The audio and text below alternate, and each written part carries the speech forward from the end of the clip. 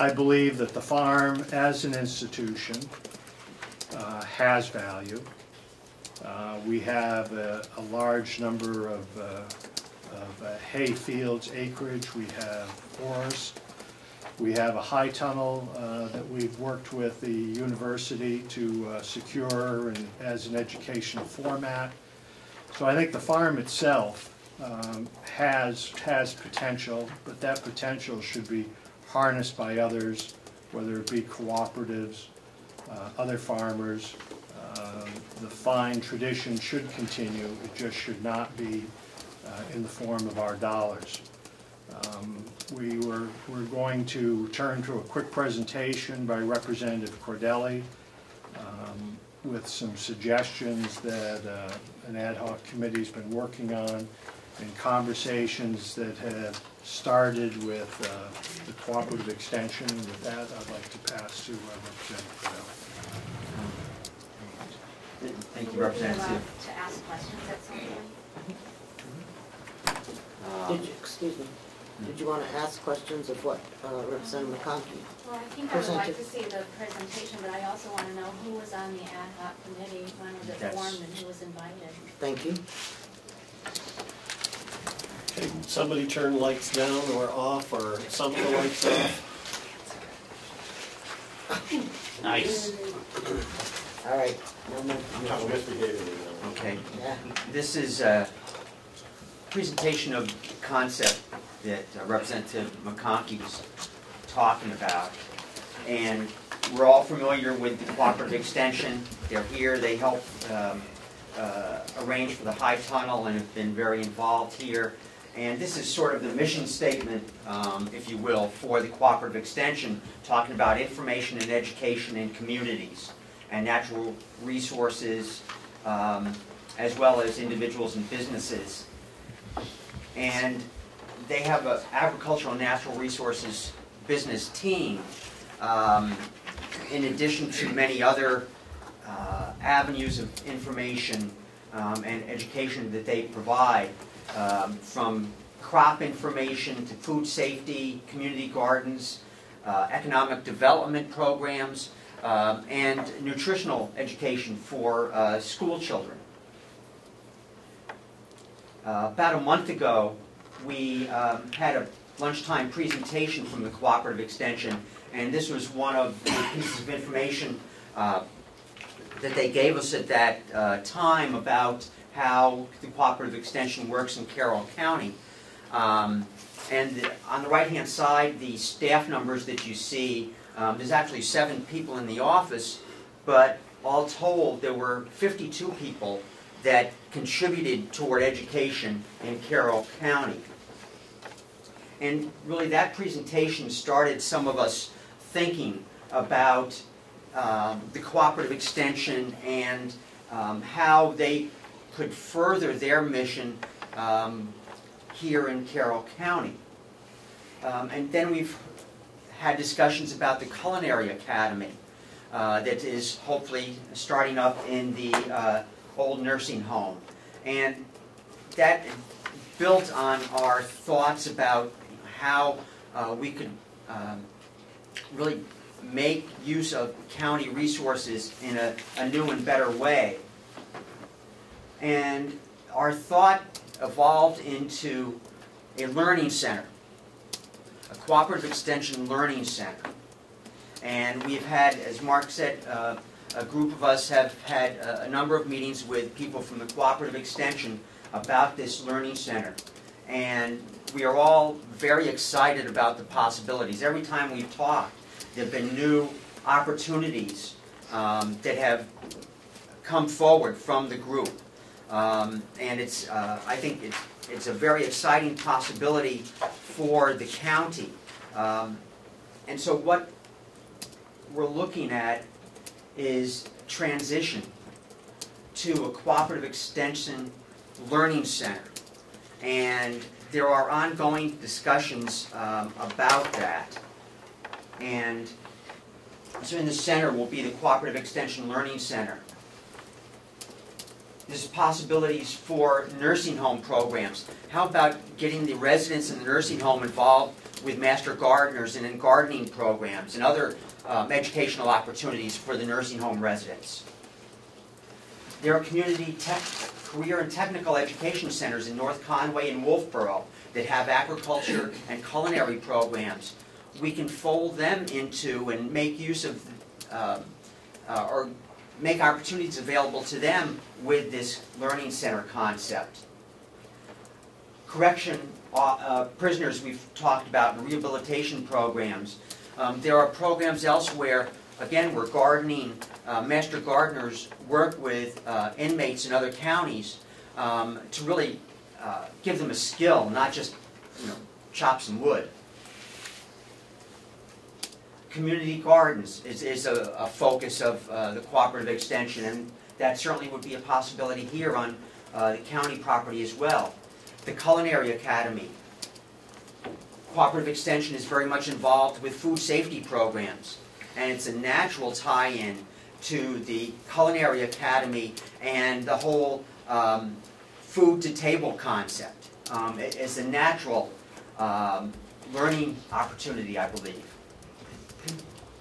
All sorts of different educational programs, from agriculture to economic development, business development, are things that the Cooperative Extension is involved in. Needless to say, local farm programs.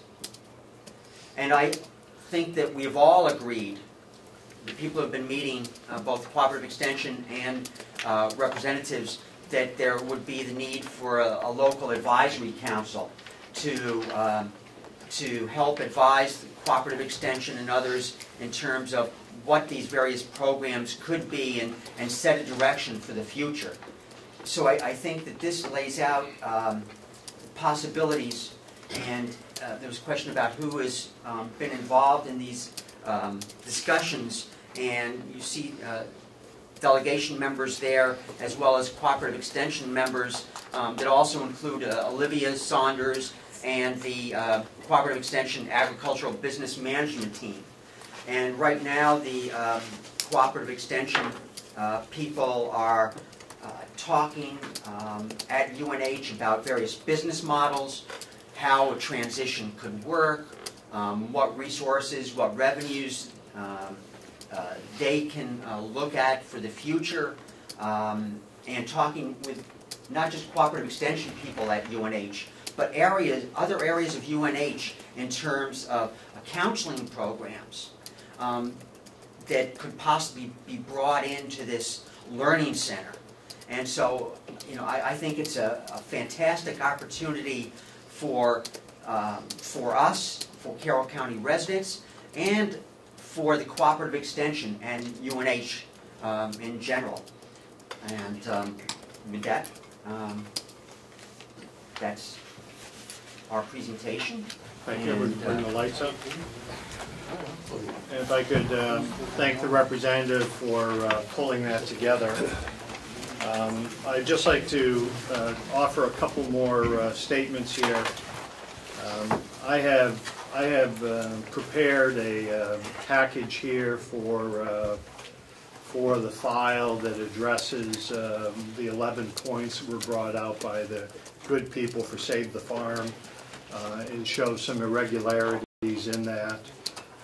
I'd also like to tell those that are here that the delegation has no plan before it, no discussion on selling any of our acreage, whether it be surplus, whether it be hay fields, or whether it be woodlots.